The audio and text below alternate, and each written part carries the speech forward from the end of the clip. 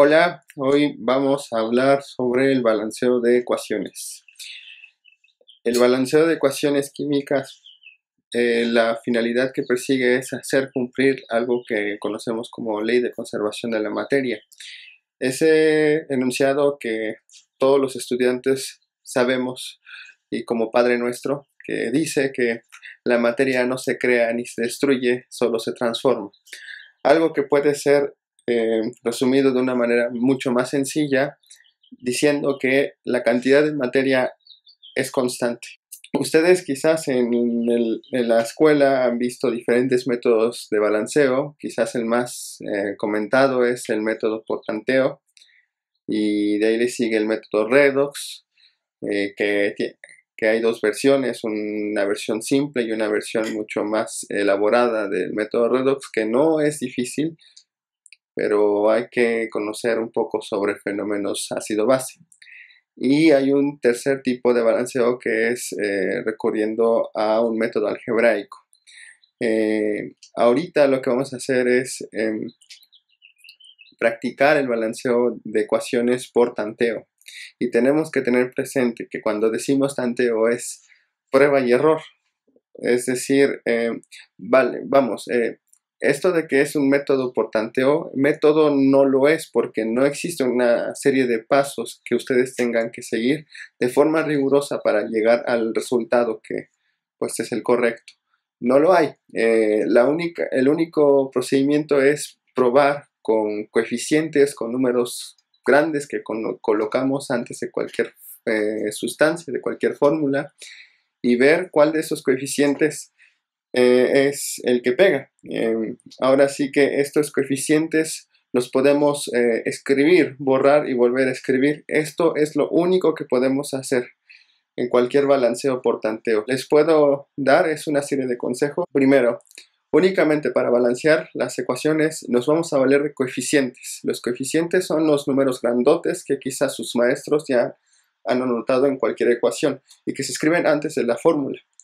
No se vale cambiar los subíndices de la sustancia, porque si ustedes cambian los subíndices, están pues cambiando la naturaleza de la sustancia. Ustedes tienen esta ecuación muy sencilla, que es para hidrógeno con oxígeno, forma agua, y el hidrógeno y el oxígeno a estas condiciones están presentes como moléculas atómicas. Vemos que la cantidad de hidrógenos al inicio de la ecuación son 2, la cantidad de oxígenos al inicio de la ecuación son 2. En cambio, al final, en la parte de productos, los hidrógenos solamente vamos a tener 2 y en los oxígenos tenemos 1. No se vale, pues mágicamente, porque yo quiero, no se vale poner un 2 en la parte del oxígeno, en la sustancia, porque esta sustancia que acabo de anotar, poniendo este 2, es peróxido de hidrógeno, no es agua. Los coeficientes, el efecto matemático que tienen sobre las fórmulas es multiplicar. Yo puedo poner un 2 aquí. No se vale. No se vale. Este 2 tiene que venir antes de la fórmula. Y ustedes dirán, pues es que ya me cambió las cuentas con los hidrógenos. De esto se trata el balanceo por tanteo. Los coeficientes tienen que venir antes de la fórmula, no a la mitad o no al final.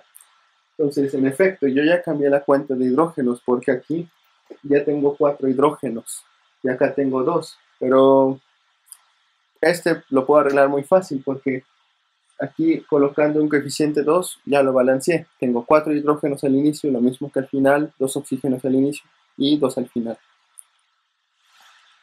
Por cierto, como los coeficientes van a multiplicar, un recurso muy útil para conseguir que los elementos ya queden balanceados es sacar el mínimo común múltiplo. Esa herramienta que nos comentan en mate de que si ustedes tienen diferentes números, pues cuál es el múltiplo más pequeño que tienen todos esos números en común. Entonces, si no se acuerdan de ello, revisen sus notas de mate en este momento. Otro consejo que les tengo que dar es que, bueno, más que un consejo es algo que se prefiere escribir. Cuando balanceamos una ecuación, preferimos utilizar los números enteros más sencillos posibles. ¿A qué voy? Voy a tomar otro ejemplo. Tengo la misma ecuación. Supongamos que de alguna forma yo llegué a estos números grandes. Los números grandes me refiero a los coeficientes para hacer diferencia con estos números chiquitos que llamamos subíndices. Los coeficientes a los cuales llego por alguna forma para balancear esta ecuación son 10, 10 y 5. Y sin embargo, estos números enteros se pueden simplificar todos a la vez porque tienen quinta. Si yo le saco quinta a todos estos números, voy a encontrar que los coeficientes para esta sustancia es 2, para esta otra es 2 y para esta es 1. Si le saco quinta a los coeficientes que yo encontré.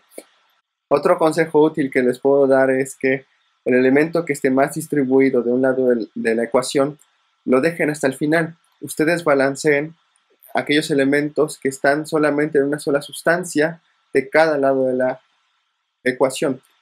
Ejemplo, tenemos aquí dos ecuaciones. La de la parte superior, el nitrato de cobre reacciona con el yoduro de potasio para formar yodo elemental, nitrato de potasio y yoduro de cobre 1. Vale la pena mencionar que esta es una ecuación de tipo redox y la que viene también es de tipo redox. Es el gas propano en presencia de oxígeno, produce dióxido de carbono y agua. Veamos, la ecuación que yo escribí en la parte de abajo, tengo tres elementos diferentes, el carbono, el hidrógeno y el oxígeno. En lo que respecta al carbono, en la parte de reactivos, la que está antes de la flecha, el carbono solamente se encuentra en esta sustancia. Y en la parte de productos únicamente se encuentra en esta sustancia. El hidrógeno, algo parecido le ocurre. Tengo que el hidrógeno se encuentra en esta sustancia, en la parte de reactivos, y en la parte de productos está en esta. Sin embargo, si ustedes ven al oxígeno, el oxígeno, por ejemplo, en reactivos está concentrado en una sola sustancia. En cambio, en productos está distribuido en estas dos sustancias. A esto me refiero. Si tenemos un elemento que esté distribuido de un solo lado de la ecuación, a ese lo vamos a dejar hasta el final. Ustedes pueden darse cuenta de la primera ecuación. El cobre se encuentra concentrado en una sola sustancia antes y después. El cobre se encuentra aquí en el nitrato de cobre en reactivos y en productos se encuentra en el yoduro de cobre 1. El potasio se encuentra también únicamente en esa sustancia, el yoduro de potasio, y en el nitrato de potasio. El nitrógeno y el oxígeno se encuentran únicamente en esta sustancia que es el nitrato de cobre 2 y en el nitrato de potasio. En cambio el yodo vemos que en la parte de reactivos tenemos que está aquí en esta sustancia, en el yoduro de potasio. Sin embargo, en la parte de productos vemos que se encuentran diferentes sustancias, en dos sustancias, en el yodo elemental y en el yoduro de potasio. Y ya que escribí la primera ecuación, la primera ecuación me sirve para darles otro consejo bastante útil. Cuando ustedes vean que un grupo de elementos no se separa después de la reacción, consideren que ese grupo de elementos es un solo elemento. Uno en un balanceo consideraría a los elementos cobre, nitrógeno, oxígeno, yodo, potasio de manera separada. Sin embargo, en este caso, considerar de manera separada al nitrógeno y el oxígeno no tiene sentido. ¿Por qué? Porque se encuentran unidos antes y después de la misma manera en esta ecuación química. El nitrógeno y el oxígeno se encuentran en reactivos formando este anión que conocemos como nitrato, que tiene carga de 1 menos, y en la parte de productos se encuentra formando también este anión que es el nitrato. Estos son los únicos consejos que les puedo dar. Lo demás queda de ustedes que practiquen con las ecuaciones que sus profesores les dan o que ustedes encuentran, y ustedes van a adquirir más habilidad y van a agarrar cierto colmillo para balancear las ecuaciones entre más practiquen sus balanceos por tanteo.